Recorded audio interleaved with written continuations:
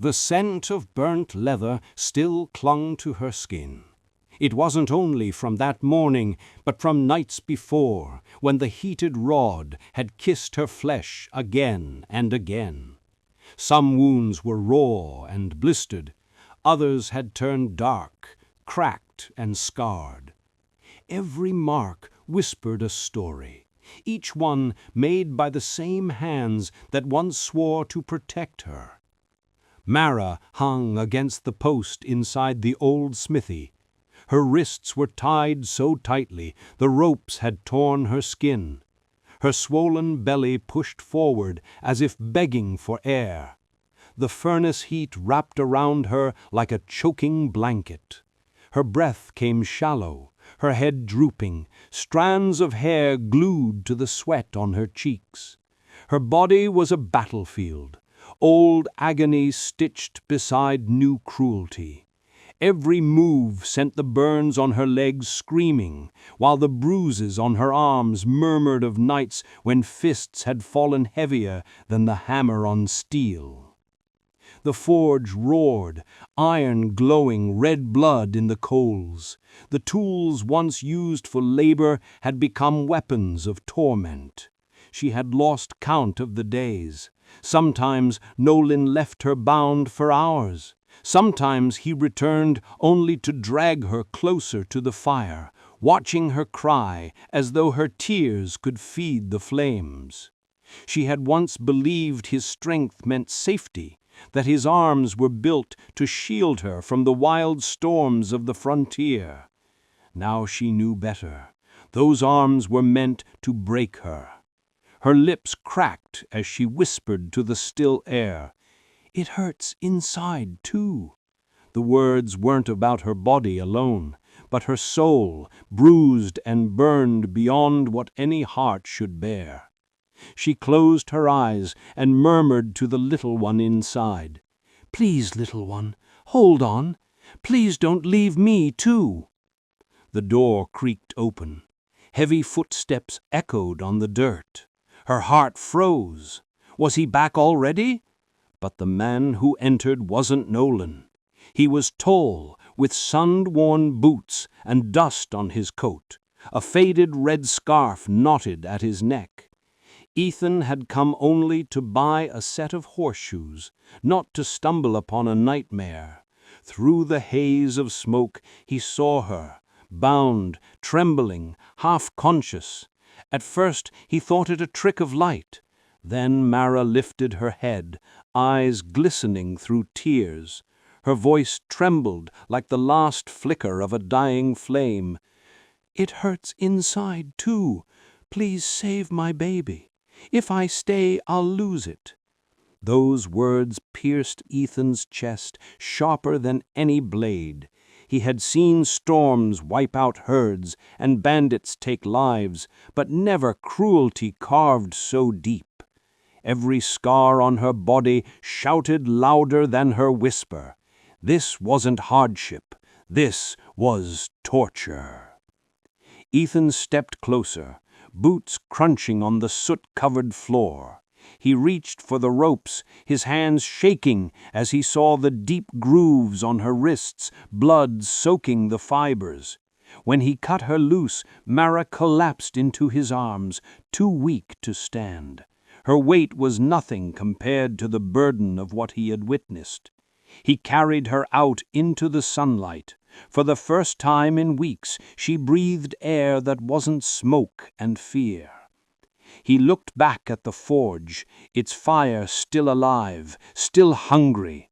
What kind of man leaves his wife to burn like that? What monster wears a husband's face? Ethan laid her gently on a wooden bench inside an old barn not far from the forge. Sunlight spilled through the slats, painting her in gold. She sipped water from his flask, her hands trembling, drops running down her chin. She pressed her palm to her belly, calming the child inside. Ethan waited in silence. The West had taught him patience, that some answers came only when a soul was ready. After a while, Mara whispered, "I used to work at the saloon in town." Her voice cracked, not from shame, but from memory. "Nolan never trusted me. Every glance from another man became a reason to strike.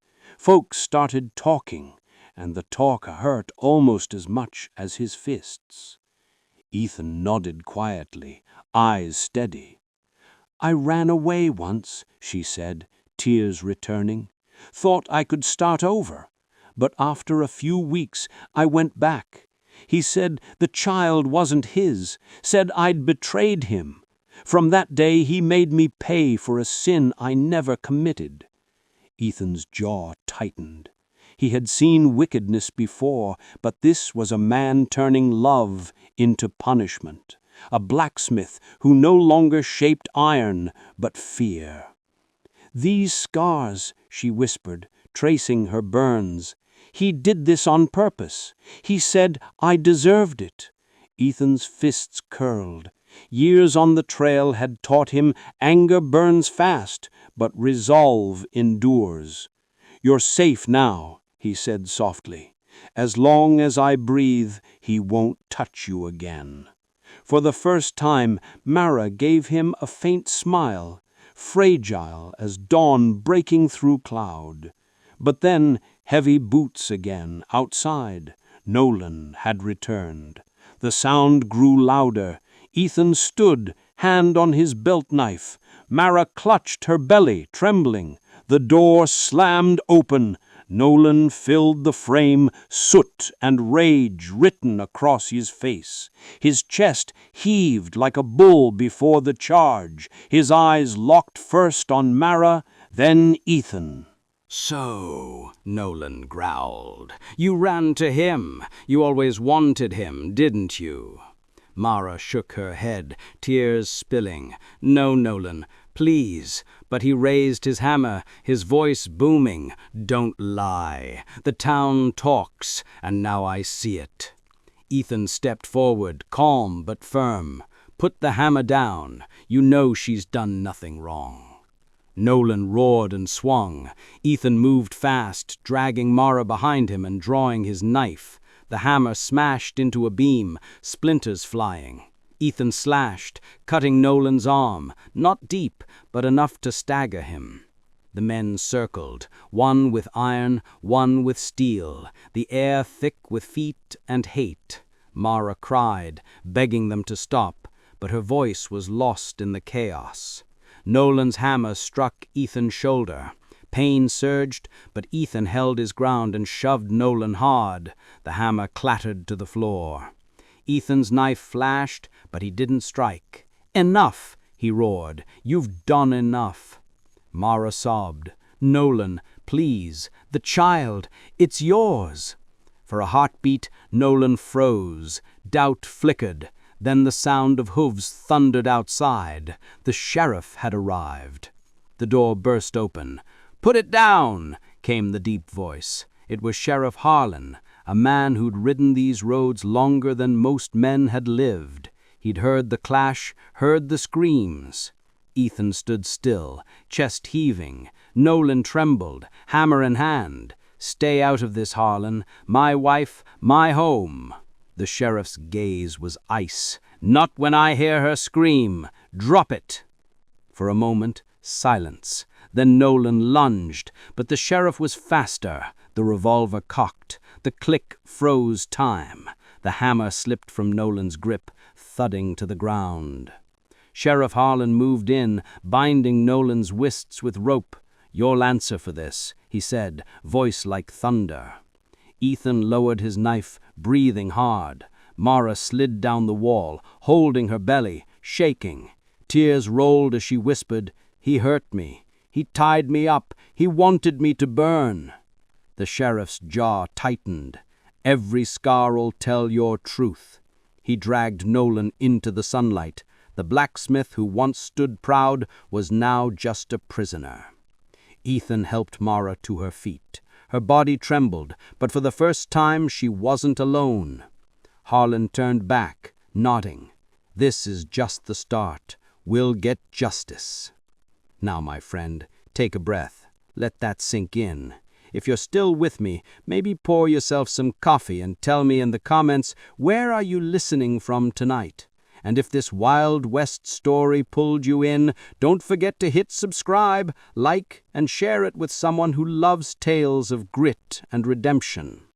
Weeks passed. Ethan opened his ranch to her. The wind there carried the scent of grass instead of smoke. The only fire burned in the hearth, gentle, not cruel. Mara began to heal.